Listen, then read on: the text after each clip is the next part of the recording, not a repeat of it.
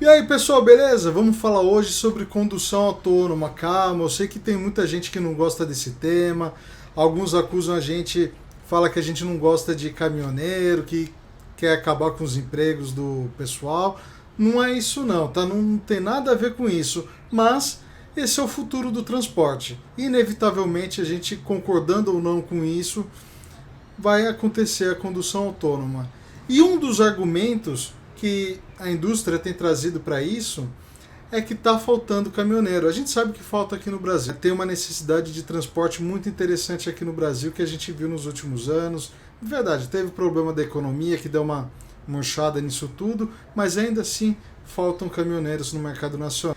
E nos Estados Unidos e na Europa também não é diferente, também falta caminhoneiro e por isso a indústria, de forma geral, acredita que a condução autônoma é uma forma de sanar essa necessidade, esse déficit de caminhoneiros. Só na Alemanha, olha, um estudo diz que chega a faltar em torno de 60 mil caminhoneiros. Impressionante, né? Num país como a Alemanha, faltar 60 mil caminhoneiros.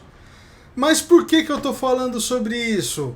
Olha, está em época que deveria ser do IAA, né? O IAA foi cancelado, que é a maior feira de veículos comerciais do mundo, que acontece a cada 2 anos em Hannover, na Alemanha, mas as montadoras seguem apresentando, algumas novidades, algumas coisas interessantes, e diante disso eu vou trazer uma notícia fresquinha que vem dos Estados Unidos e da Europa sobre condução autônoma. Em busca de conhecimento para avançar no mercado de caminhões autônomos, o Grupo Traton informou que desenvolverá produtos através da Navistar International em parceria com a empresa estadunidense TuSimple, que possui sede em San Diego, na Califórnia. Todavia, os veículos têm foco no mercado europeu para as marcas MAN e Scania. E como eu já contei para vocês, uma das alegações para o desenvolvimento da condução autônoma vai além da segurança e se refere ao fato do déficit de caminhoneiros na América do Norte e na Europa Ocidental, sendo que somente na Alemanha é aquilo que eu já falei antes. A estimativa é de que faltam 60 mil motoristas, é impressionante. Dessa forma, a solução para tal escassez passa diretamente pela condução autônoma. Sendo assim, o Grupo Traton comprou participação minoritária na TuSimple, mas os detalhes desta transação não foram revelados, ou seja, quanto que o Grupo Traton investiu, por qual parcela exatamente, isso a gente não sabe. E a TuSimple está avançando, sobretudo, no segmento do transporte autônomo. No início desse ano, a empresa firmou um acordo com a UPS, a Penske, a McLane e outras grandes empresas de transporte para a formação da primeira rede nacional dos Estados Unidos autônoma de carga com rotas conectadas a centenas de terminais. As operações visam frete autônomo de baixo custo de longo curso, tendo início no sudoeste dos Estados Unidos. Na Europa, o Traton e a TuSimple testaram caminhões autônomos de nível 4 em uma rota hub-to-hub na Suécia, ou seja, com a Scania. Há previsão de testes na Alemanha também, só que com a MAN. No nível 4, os caminhões podem dirigir por conta própria, ou seja, a própria inteligência embarcada do caminhão é capaz de fazer com que ele dirija sozinho, mas um motorista está presente dentro da cabine monitorando a operação e assume o controle se for necessário. As empresas TuSimple e International Trucks, que vocês conhecem muito bem, terão um caminhão autônomo para produção em série nas fábricas da montadora até 2024 e comercialização nos mercados dos Estados Unidos, Canadá e México. Atualmente, a TuSimple opera uma frota de 40 caminhões autônomos nos Estados Unidos. Os veículos transportam cargas entre o Arizona e o Texas e contam com um motorista para acompanhar a operação e assumir o controle quando necessário, assim como a gente exemplificou anteriormente no nível 4.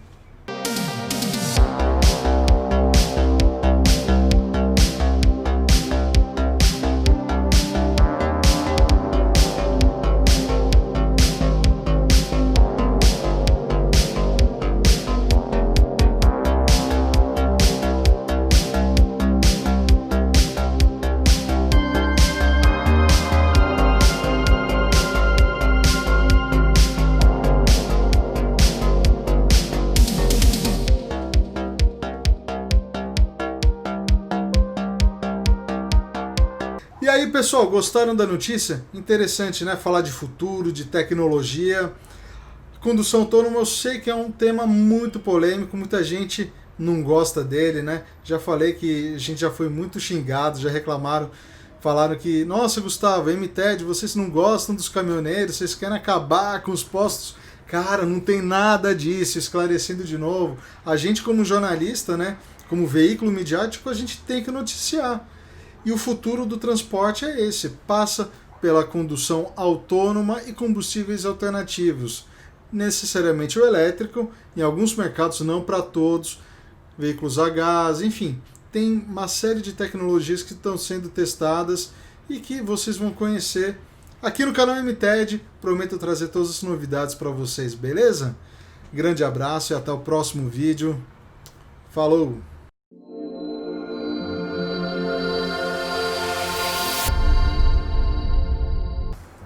Olá, tudo bem? Hoje falaremos sobre algumas particularidades dos rolamentos Meritor. Nesse vídeo, veremos algumas dicas de montagem e orientações para a maior durabilidade dos rolamentos, além de outras dicas que certamente ajudarão vocês no dia a dia. Vem com a gente! Rolamento é um componente de precisão que exige alta qualidade de fabricação. Portanto, a sua instalação exige cuidados especiais. É importante não desembalar o rolamento antes do uso. O posto de trabalho deve estar limpo, livre de contaminações. Montagem.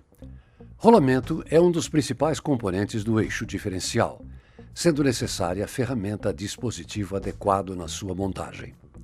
A montagem recomendada é feita através de uma ferramenta especial e uma prensa hidráulica.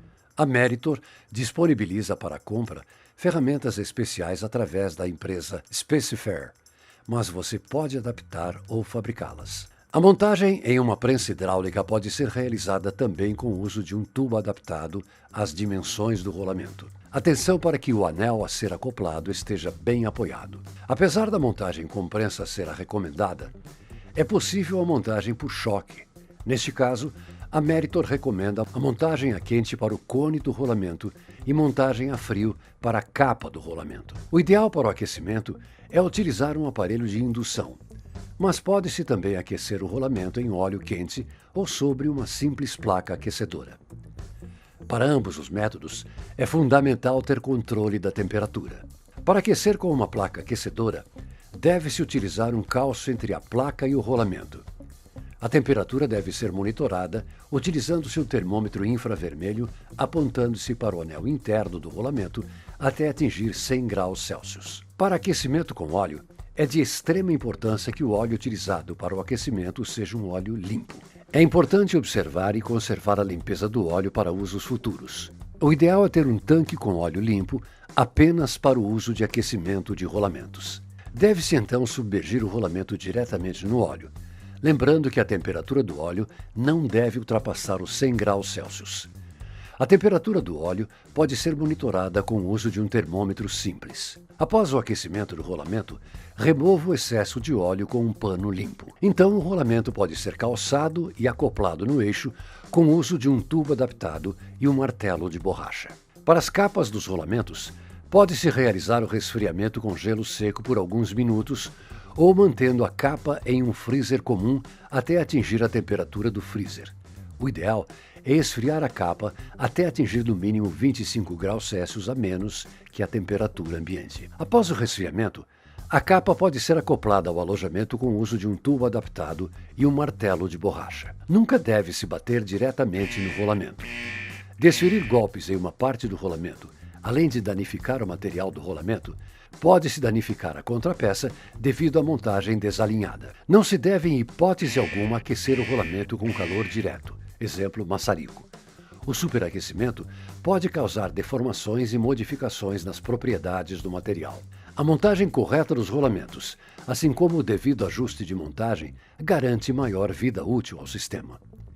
Sempre que um diferencial é desmontado e montado, é fundamental realizar o ajuste dos componentes a fim de garantir um perfeito contato das engrenagens. Deste modo, se obtém uma maior vida útil das engrenagens e também dos rolamentos. Você pode ver como realizar o ajuste dos diferenciais Meritor no site www.universidademeritor.com.br. Lá você encontrará vídeos ensinando o passo a passo da desmontagem, montagem e ajuste dos diferenciais. É isso aí, pessoal. Esperamos que nós da Meritor tenhamos contribuído com informações úteis para o seu dia a dia. Não esqueçam de acessar a nossa página no Facebook e também o nosso site, meritorserviços.com. Lá vocês podem tirar dúvidas técnicas, além de obter outras informações sobre o mundo Meritor. Fique ligado para mais novidades. Até a próxima!